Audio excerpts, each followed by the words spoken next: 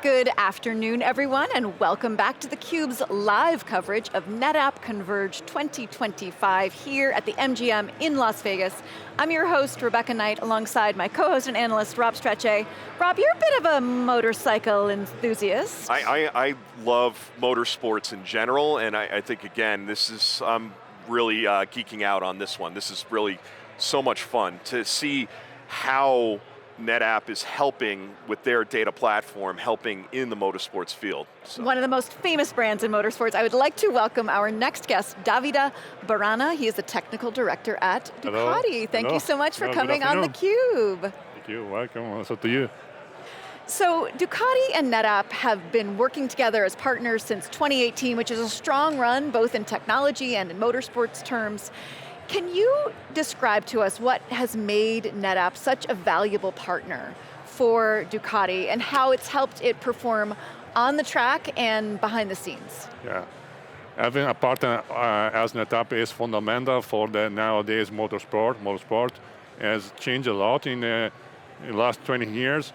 The performance can be enhanced only through technology that nowadays means information technology. So that means, again, data management, data transfer, data analysis. So I think NetApp is the right partner to have in this field. Yeah, and again, it's within this, you have a lot of real-time data that you need to stay competitive. Kind of talk to how NetApp is helping you from that perspective and what that means to Ducati. Absolutely. So in particular, you know that operation track had to be very fast because when the bike enters the garage, we have only a few minutes to download the data, run the analysis to verify that everything is working fine, and possibly propose setting changes.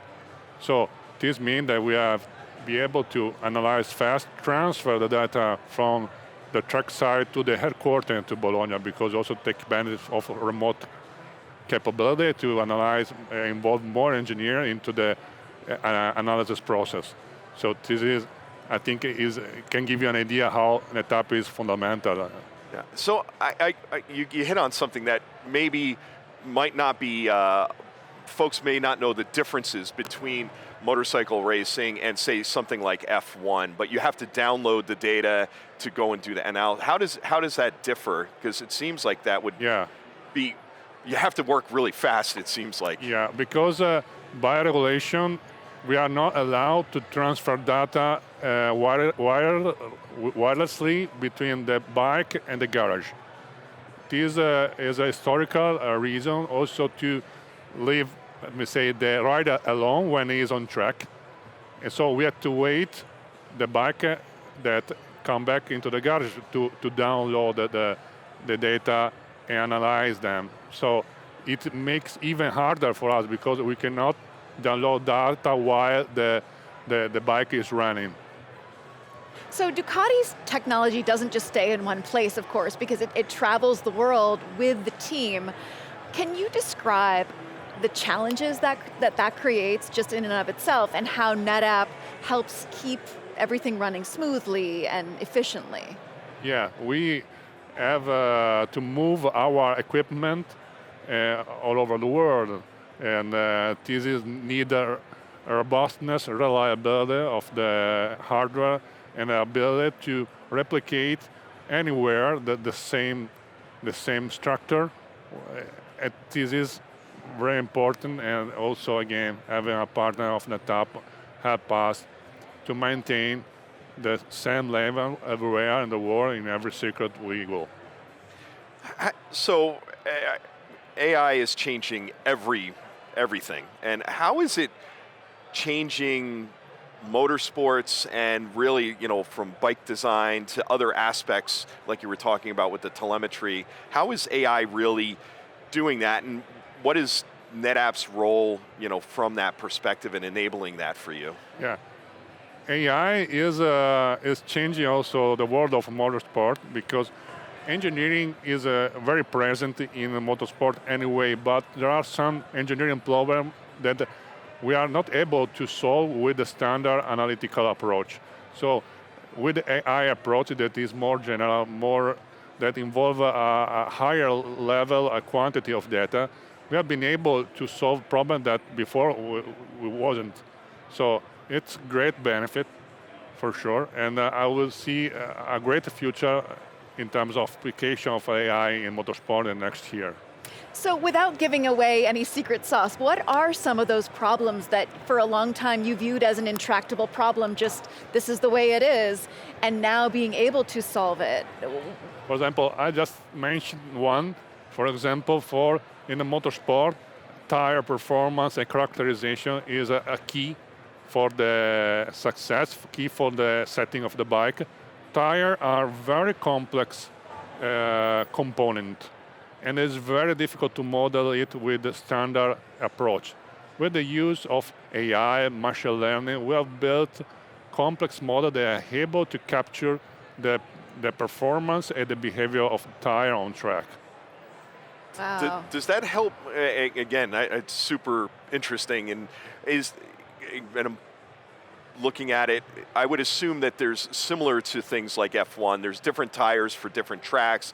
So are you using it and all of that data on the NetApp to really understand the different tracks as you go into them based on past performance and things like that? Is that a lot of what you're doing? Absolutely, yeah, because every single track have a different characteristic. The grip level is different, temperatures. Also, the layout of the track makes a big difference. So we are able, before the race, to simulate how will be the behavior, to have at least the first setup when we go on track, and then we optimize during the weekend, of course, once we start to collect data from the actual operation track of the bike. So this is fundamental for achieving performance. So we've talked a lot about how AI is becoming really part of the DNA here, and it is shaping race strategy, tire pressure understanding, and bike development. Are you thinking about using AI in terms of fan engagement, or the ways in which the audience is experiencing motorsports racing? It could be. It's not my area, honestly. Yeah. But I think from what I see, application on different area, I see amazing things, and then why not also AI can be applied to also into to this target. Yes, absolutely. How do you see again this data? You rely so much on data on the engineering side and on the track side and all of that. Has NetApp helped you by making it simpler? And like, again, so you don't have to be a geek like me to like understand all of the NetApp stuff, but your team can actually use the data and get at it real quick. Absolutely. So just to give you an idea, we collect about 100 gigabytes of data every single race.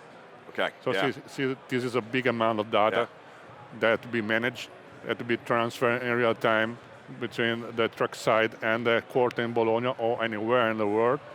So, as you can understand, the contribution of NetApp is fundamental to manage this amount of data. Yeah. So how are you thinking about your partnership over the next 5 or 10 years, and how will you push boundaries together with that enormous amount of data?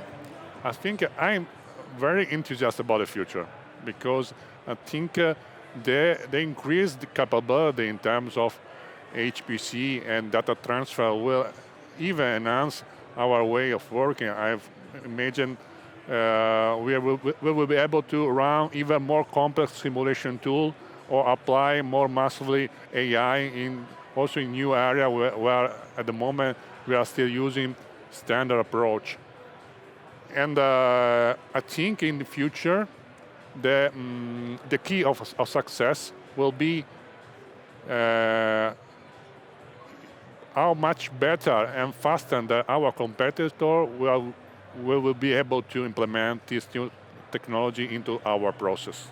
Yeah, and I think one of the things I found interesting in kind of doing a little research before this was, it's not that you have one bike on the track. You have a team of bikes on the track, so it's not just 100 gigs, it's potentially 8 or a terabyte or what have you as well. How many bikes do you usually have on at each race usually? So we have in this year we have 6 riders. So I mean 6 bikes that run, 6 that every rider have 2 bikes. Of course, you can ride one, only one, but it is mean a lot of data. There have to be exchanges between the rider. In order, this is also one of our strengths to have this amount of data from different riders, so we can compare the different riders, and also every single rider can take benefit from understanding how the other rider is riding, because the track is very complex. Maybe one rider can perform better in one turn and not in the other. So by telemetry, by analyzing the data of the other rider, maybe he can learn how to be faster in certain part of the circuit. Davide, you have spent your entire career at Ducati, 25 years. You've really grown up there and had a lot of different roles. Talk a little bit about your career in the sense that you really have seen the inner workings of this company from a lot of different vantage points, and it is a company with such a rich history and such an important legacy that's so critical to Italy too. Describe a little bit about how you reflect back on your career and how you got your start and where you are today. Yeah. I was a motorcycle enthusiast when I was young, and then I decided to go to the university. I take the mechanical engineering degree, and I have at Modena University. I decided to study at the Modena University because it is close to Ducati, Ferrari, Lamborghini. Is that area of Italy very interesting?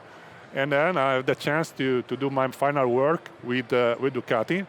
And at the end of the university I was hired by Ducati, working on the Superbike project at that time. And I continued my career. I become, in 2010, responsible for the computer aid engineering department. So, in fact, I know very well how technology and information technology can help engineering, enhancing performance of the bike. And 8 years ago, finally, I took the role of technical director. It's been a pleasure because, it's a sort of the dream that comes true. When you are very young, you never imagine you could reach such a great achievement. But I'm very glad. I feel fortunate to be in this role, to combine my passion with my job. So I hope everyone can have the same rewards in their life. So it was once a dream job, it remains a dream job. What is next for you when you think about the next 5 or 10 years in terms of your own career and what you want to do at Ducati, particularly at a time where AI is changing so much about how you go about things? Yeah, I would like to continue in my role because, because I like a lot the technical side. So I feel very comfortable. I like also to work with my team, try to motivate and work with the younger engineers, try to transmit them the passion. But anyway, I feel that there is a lot of passion involved, so it's very easy to work with my coworkers. And I'm excited to be part in future to see and help to implement what we call digital transformation, because I think it will be change also motorsport in the next years. Excellent. Well, it was a pleasure having you on theCUBE. Thank you so much. Thank you very much to you. I'm Rebecca Knight for Rob Strechay. Stay tuned for more of theCUBE's live coverage of NetApp CONVERGE. You're watching theCUBE, the leader in enterprise tech news and analysis.